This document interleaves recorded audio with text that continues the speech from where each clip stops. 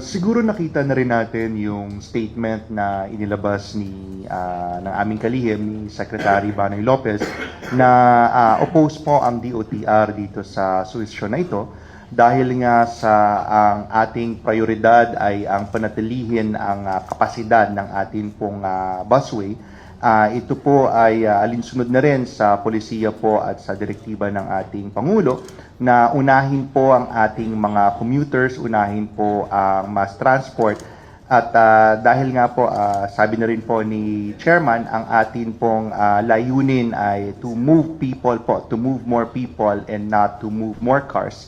At ito pong busway natin, 50 katao po bawat bus, 300,000 na pasahero kada araw.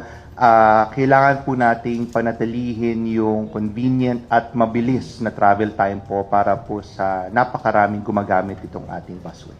Siguro at pinaka-importante ay yung purpose ng bus carousel, which is to move people. Alam naman natin isang bus, 50 ang sakay niyan as compared sa isang sasakyan na maximum isang kotse 5 lang ang sakay. Na kung papayagan natin na dumaan dyan yung mga pribadong sasakyan, makaklag up yan. Napag-usapan na rin naman ito. In fact, I think it's a congressman who suggested na underutilize yung bus carousel kasi may mga instances or mas madalas parang walang gumagamit. Pero ang hindi nakikita doon ay yung convenience noong mga mananakay na gumagamit ng bus na dati 3 to 4 hours end-to-end bago ka makarating from Balintawak to MOA and vice versa. Ngayon po, nasa 1.5 oras lang ang end-to-end.